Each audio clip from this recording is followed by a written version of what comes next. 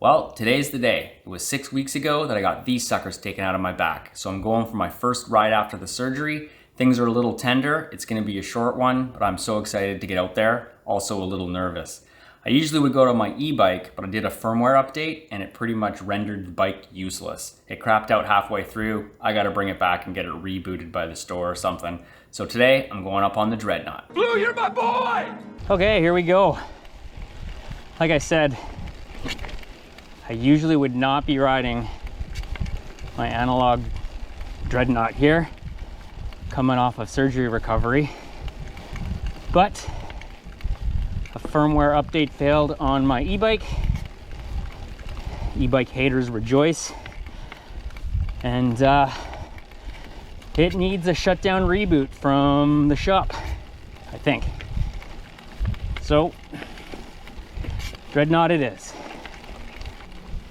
One of the reasons why I like using my e-bike coming off of surgery recovery, it's a bit counterintuitive, is it actually gets me more in downhill shape than riding this. This, I get so few laps on. I mean, I'm brutally out of shape, but I get so few laps on this compared to the e-bike that when I'm trying to kind of get back to ready and feel comfortable on the trails, the e-bike gives me 2 or 3 times as much time on the downs. That just fires up the nervous system, gets the muscle memory going, and honestly, just like different muscle groups, core muscles, leg muscles, arms and shoulders. The more downs I get, kind of quicker those come back, so I can keep up with everyone if I go for a group ride. So yeah, that's one of the real benefits of the e-bike. You know, a lot of people talk about fitness and e-bike versus analog bike. And yeah, as you can tell by my breathing, climbing on the analog is harder, for sure. I think muscle strength, muscle endurance, cardio, like maybe not. My cardio goes pretty high when I'm, like my cardio, if I'm on the e-bike, I just non-stop lap, so it's up, down, up, down, up, down, no brakes. My cardio goes on the down, so maybe that's a wash. I don't know. Definitely leg strength on the climbs on the analog gets stronger. But I think, you know, when it comes to like, do you get more in shape on the analog? Yeah, you get better at climbing. But on the e-bike, 100% more in shape. You get more in descending shape on the e-bike. You know, like any coach in any sport ever, it's all about reps. So getting downhill reps on the e-bike, it's the quickest way I can get back in shape. You know, with the goal being I can go ride with my buddies or even my son. So something a bit ridiculous is I'm getting a DH bike this year. And this is probably a ridiculous purchase. I don't give a shit. I'm turning 50. Gone through so many surgeries, and I really want to try what our DH bike that fits me properly, that I get used to. And the theory is, or the hope is, I'm going to be riding the park this summer with my son. Knock on wood that my body holds up. So yeah, I could ride this Dreadnought for sure up there, but I want to try a DH bike, what a real one feels like. And if I'm riding park all summer on this thing, it's gonna beat the shit out of it. I made this bike a pretty light build, lightweight, with the idea of some rides like this where I do analog climb, and some shuttles here on the shore, like over on Seymour. I'll pick this bike. So the idea of like killing the shit out of it by doing laps on Whistler, I don't know. I think instead I'll grab myself a DH bike, beat the shit out of that, and I'm gonna make a way more burlier build. I ended up getting a common cell Supreme DH V5 frame only, and then I got some parts on Pink Bike. In the fall I got a couple parts on sale with the killer discounts going on, so it's not going to be a crazy expensive build. I mean, it's relative, it's still stupid expensive, it's a bike, but not crazy expensive. I'm going single speed, so I don't have to get a derailleur and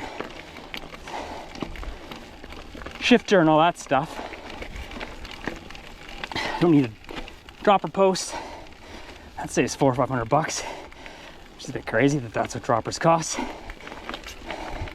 Maybe less, probably get one less, but I don't need one on the DH bike.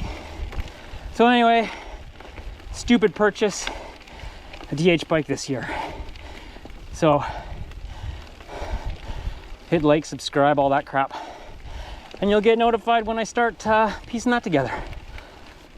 Oh man, my body's telling me that I haven't done this for 2 months. And even then, in the winter, not gonna lie, I was e-biking this shit. I can't wait to ride this down. It's actually been a while. My last great ride on this was in August of 2022. I went in for my 2022 surgery shortly after, recovered, e-biked a bit, and then went in for my early 2023 surgery, and knock on wood, I think this is the last one. In fact, this is the first summer in 10 years that I'm heading into summer without a surgery looming on the schedule. So, knock on wood, unless I really F myself up, I have no more surgeries. I am done, which is great, because surgery sucks. Like, really sucks. Got good at them though.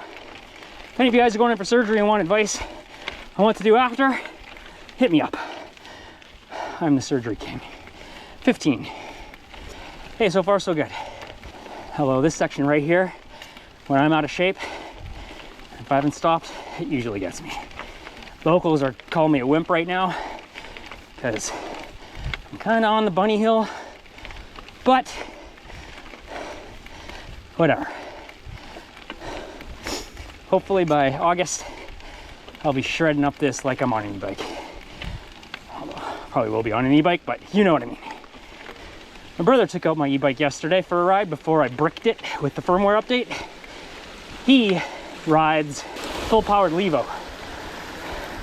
And he always thought that me and my buddies were crazy getting these mid-low powered e-bikes. A few of my buddies ride the Levo SL. They love them. But anyway, he rides a full-blown Levo. He loves it. He's a way better biker than me. He's been biking like his whole life. But he came back and he was like pissed off. He's like, shit, I wish I didn't ride that. I was content 2 hours ago. He loved it.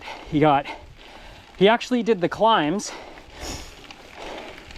only 10% slower on my 60 Newton meter Orbea than he did in full power, full boost on his full powered Levo. 10% difference, that's nothing. And he got some PBs on my bike on some of the descents, which says something, because this is his first time really riding it with that setup. And he's fast anyway, and he's ridden these trails a lot. So we got a PB, he got some PBs. He said the shock was magic, that EXT. I got it on this bike too. I do think there's some magic sauce in these EXT shocks. He said it was like phenomenally good. Phenomenally good. Grip, traction, had cush, comfort, he loved it. He's also been a full convert to the Mullet. Holy shit, I'm here. He's a full convert to the Mullet. He's converted all his bikes. His e-bike, I think actually came as a Mullet. I think he just got an enduro bike. I think it's Specialized too. Mullet. He says he'll never go back. I'll certainly never go back. My buddies know this. I'm constantly hounding them. Try a Mullet, try a Mullet. For cornering, they're amazing. And you got the big 29er to roll over all the shit. I just think it's a no-brainer for if you're under 5'9". Even guys that are 6 foot plus tall, a lot of them like the Mullets. But if you're under 5'9" and you haven't tried a Mullet, I honestly think it's a bit of a game changer. I just think it's awesome. So anyway, my brother's scouring the internet right now for an Orbea Rise because he wants to do the convert to a 160 Mullet. he had too much fun on it. He's also going to try that new Levo SL. It's got a little more enduro package to it now, and it's got a 50 Newton meter motor. I still think the 60 on the Rise will just be a little bit more and a little more up to his liking. He's a bit of a power hungry guy, but I don't know, we'll see. He'll try it, compare it to my modified Enduro Rise. But I'm rambling, I'm out of breath. This is Lower Digger. This is like my test trail, favorite trail, physio trail. It's one of my favorite trails on the shore. They call it a black. It's really a dark blue, flowy, a little bit of tech sections, but not much. Fast and fun. This will be interesting for a number of reasons. I'm on my old pedals, not those big giant Catalyst, which I've kind of had a couple rides on and really liked. But that was a while ago. Other thing, I raised my bars a little bit. Put an extra space underneath. So the bar's a little higher. I'm convinced high bars are awesome on the downs. And I don't actually care about the climbs, just get me up. But the downs, high bars. So, more spacers. I'm a little nervous, not gonna lie. First ride in 2 months. Test out the back. Let's see how it goes.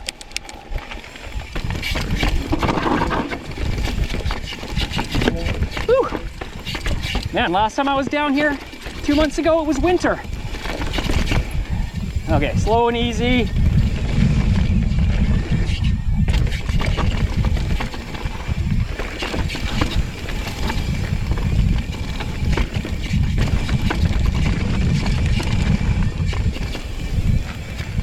Yeah, trail builders. Look at this. I love this trail.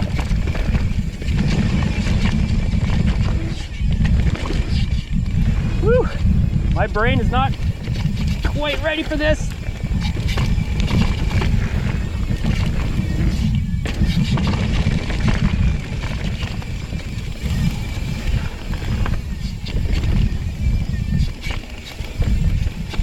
Oop, there's a hole.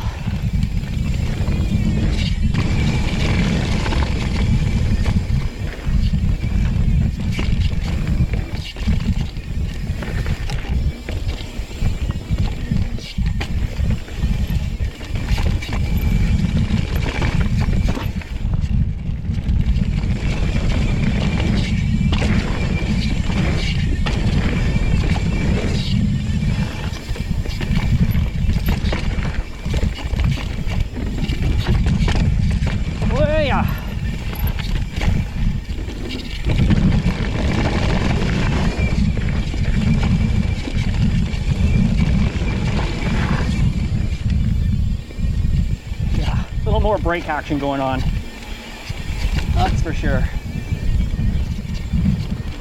If you like that video, check out this video here. Thanks for watching, and remember to always support your local trail builders. See you next time.